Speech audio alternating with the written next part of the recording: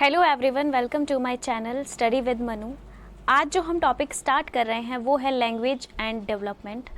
तो लैंग्वेज का डेवलपमेंट कैसे होता है और कितनी इम्पॉर्टेंट लैंग्वेज हमारे लिए है, ये हम सभी जानते हैं। देखिए, विदाउट लैंग्वेज ना तो आज मैं आपको पढ़ा सकती थी, ना हमारे पास कुछ पढ़ने के लिए हो सकता था, क्योंकि लैंग्वेज ही वो माध्यम है जिसके सहारे हमारा कम्युनिकेशन होता है ना। हम अपनी बात को एक दूसरे तक पहुंचा पाते हैं। लिखना मतलब अगर आप कोई बुक भी पढ़ रहे हो तो बिना लैंग्वेज के बुक भी नहीं लिखी जा सकती थी। हम सब ये चीज़ें जानते हैं, ठीक है। तो लैंग्वेज एक बहुत इम्पॉर्टेंट रोल प्ले करती है हमारे एजुकेशन फील्ड में और हमारी डे टू डे लाइफ में।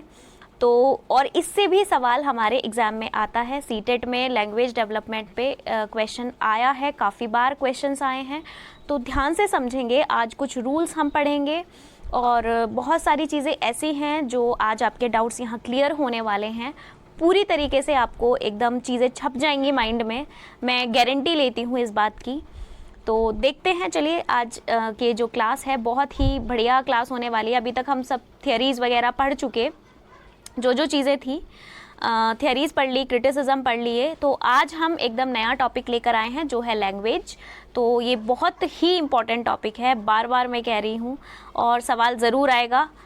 2 सवाल 3 सवाल भी आ सकते हैं। और लैंग्वेज तो वैसे भी पेडागोजी में भी आपको पढ़नी है ना, हिंदी इंग्लिश में, इससे सवाल आएगा ही आएगा। अब इनफाइनाइट जनरेटिविटी क्या है? देखिए, ये वो प्रॉपर्टी होती है जिसमें हम अपना लिमिटेड लेटर्स के थ्रू कुछ अनलिमिटेड वर्ड्स बनाते हैं, फिर उन वर्ड से अनलिमिटेड सेंटेंसेस बनाते हैं। तो वो जो प्रॉपर्टी है लिमिटेड लेटर्स से अनलिमिटेड वर्ड बनाना और फिर अनलिमिटेड वर्ड से अनलिमिटेड सेंटेंसेस बनाना, तो वो क्या है? वो प्रॉपर्टी होती है इनफाइनाइट जनरेटिविटी, ठीक है। मेरा कहने का मतलब क्या है? देखिए, आपने देखा होगा इंग्लिश में लेटर्स कितने होते हैं? 26 अल्फ़ाबेट है हमारे पास, लेटर है ना। 26 लेटर हमारे पास हैं इंग्लिश में, और उसी तरीके से हिंदी में हमारे पास 52 हैं।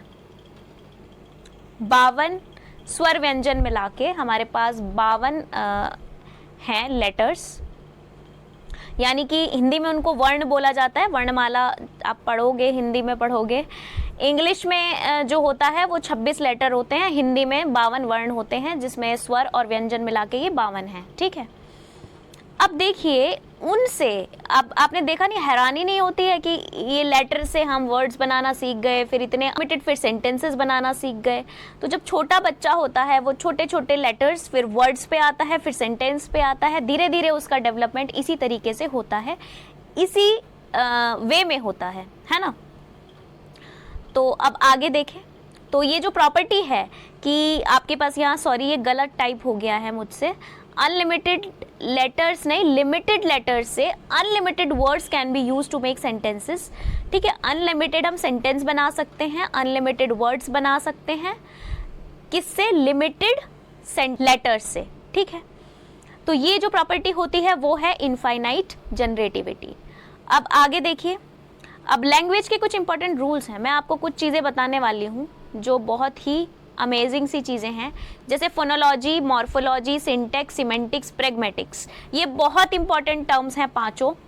सवाल समझो कि लिखा पड़ा है, छपा है, आपके पेपर में आएगा, पक्का आएगा, ठीक है। अब देखिए, फोनोलॉजी क्या होती है, ध्यान से समझना। पहली टर्म है फोनोलॉजी। फोनो ट्रिक से याद कर सकते हो। फोनो, हम फ़ोन पे बात करते हैं ना, रिंग बजती है फ़ोन की, जब आपके पास किसी का फ़ोन आता है तो रिंग करता है फ़ोन, तो यानी कि आवाज़, साउंड। तो फ़ोनो का मतलब, फ़ोनो से आप रिलेट कर सकते हो कि फ़ोनो का मतलब क्या है? साउंड है, ठीक है, यानी कि साउंड। अब साउंड है तो साउंड रिलेटेड ही कोई बात होगी यहाँ पे। अब देखिए, इसे मैं आपको एक बहुत ही अच्छी एग्जाम्पल से समझाऊंगी। सपोज़ करो, हमें पता है जैसे टी है, टी मैंने लिया, टी में जब मैं एच जोड़ती हूँ तो वो बन जाता है टी एच, है ना। टी का अपना अलग साउंड है, यानी कि ये ता को या फिर टा को रिप्रेजेंट करता है ना। एच क्या साउंड करता है? वो हा की साउंड करता है। एच हा की साउंड करता है, टी त या ट की साउंड करता है, और टीएच जो है, टीएच किसकी साउंड करता है? ये साउंड करता है दा की, द, जैसे दैट, दीज, दिस, ठीक है। तो ये अपनी अपनी अलग अलग इनकी साउंड हैं। तो लेटर्स की जब अपनी एक साउंड दूसरे लेटर की साउंड के साथ मिक्स होके एक तीसरा साउंड क्या करती है, क्रिएट करती है, तो उस पूरे जो वो हमारा प्रोसेस है, वो जो प्रॉपर्टी होती है वो होती है फोनोलॉजी, ठीक है, वो होती है फोनोलॉजी। आप इसे हिंदी में भी समझ सकते हो, जैसे हम कक्षा वाला श होता है ना, तो वो कैसे बनता है? वो बनता है क प्लस श, इससे मिलकर बना होता है ये, ठीक है। तो का की अपनी एक अलग साउंड होती है, शा की अपनी अलग साउंड होती है, और इसकी अपनी अलग साउंड होती है। यानी कि जब आपका एक ये व्यंजन है ना, ये व्यंजन है, हिंदी में इनको व्यंजन कहते हैं, तो का जो है उसकी अपनी एक अलग साउंड है, शा की अपनी एक अलग साउंड है, और उसने फिर ये वाला जो कक्षा वाला शा होता है ना, वो बना देते हैं ये मिलके, तो एक नया साउंड इन्होंने क्रिएट कर दिया। तो वही जो प्रोसेस है ना, वही जो प्रॉपर्टी है वो है फोनोलॉजी। और फोनोलॉजी में अब आपको टर्म पढ़नी है, वो है फोनीम।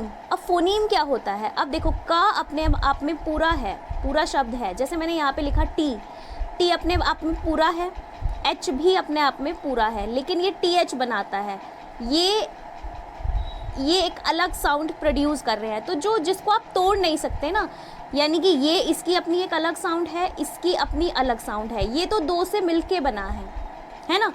तो जिसको आप तोड़ नहीं सकते, जिसको आप तोड़ नहीं सकते, वो क्या होते हैं? वो होते हैं फोनीम। मतलब जो साउंड आपकी टूट नहीं सकती, जो अपने में पूरी है, जैसे का हुआ, और ऐसे ही फिर आप और भी ले सकते हो, जैसे त, त्र होता है। हिंदी में अगर मैं हिंदी की बात करूं, तो हिंदी में जैसे त है, त में अगर आपने रा जोड़ा, ठीक है, तो ये क्या बन जाता है? ये त्र बन जाता है ना। तो ता की अपनी अलग साउंड है, रा की अपनी अलग साउंड है, और ये दोनों मिलकर एक नया साउंड क्रिएट करते हैं त्र, है ना। तो जो ता है वो अपने आप में पूरा है, रा भी अपने आप में पूरा है ना, और ये दो से मिलके बना है त्र। तो जो फोनीम होगा वो त और रा जो है वो फोनीम होंगे, ठीक है। आई होप आपको समझ में आया होगा। ऐसे ही इंग्लिश में कह सकते हैं, जैसे एस एच, अभी मैंने टी, एस प्लस एच, ये क्या बना लेते हैं? ये एस एच बना लेते हैं। तो ये स की साउंड करता है, ये ह की साउंड करता है, और ये श की साउंड करता है ना। तो स और ह मिलके क्या श बना रहे हैं, एक नया साउंड क्रिएट हो रहा है यहाँ पे। तो ये जो मतलब लेटर्स होते हैं जो अपनी अपनी साउंड निकाल रहे हैं और एक कंबाइन होके एक नया साउंड प्रोड्यूस कर रहे हैं, वो प्रोसेस होता है, वो प्रॉपर्टी होती है फोनोलॉजी। और जो स्मॉल यूनिट होती है जिसको आप तोड़ नहीं सकते, वो होती है फोनीम, ठीक है। तो आपको आई होप आपको समझ में आया होगा। यहाँ पे एस और एच क्या होंगे? ये होंगे फोनीम, ठीक है। आगे देखिए, जैसे फोनोलॉजिकल अवेयरनेस क्या है। अब देखिए, ये जो साउंड क्रिएट हुई, इसमें एक रूल फॉलो किया गया। जैसे मैंने आपको ता और रा बताया था, मैंने आपको बताया था कि ता है प्लस रा है, और ये क्या बना देता है? ये त्रा बना देता है, ये त्रा बना देता है, ठीक है। लेकिन क्या रा और ता मिलके कुछ बनाता है? कोई साउंड बना सकता है? नहीं। तो ये भी एक रूल फॉलो करते हैं, ऐसे ही एस प्लस एच बना मिलकर ही एस एच बनाएंगे।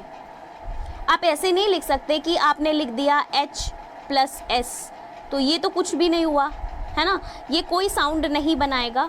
तो इसलिए ये जो रूल होता है ना, ये भी एक रूल से ही आपका एक नया साउंड बनता है, दो साउंड के मिक्स होने पर। तो उसको बोला जाता है फोनोलॉजिकल अवेयरनेस, कि आपको उसके बारे में जानकारी है, उस रूल के बारे में आपको पता है कि किस तरह से एक नया साउंड प्रोड्यूस हुआ है, ठीक है। तो साउंड से रिलेटेड आई होप आपको ये चीज़ समझ में आई होगी। तो फोनीम क्या है? Smallest unit of sound. Sound की सबसे छोटी यूनिट जो होती है वो फोनीम होती है।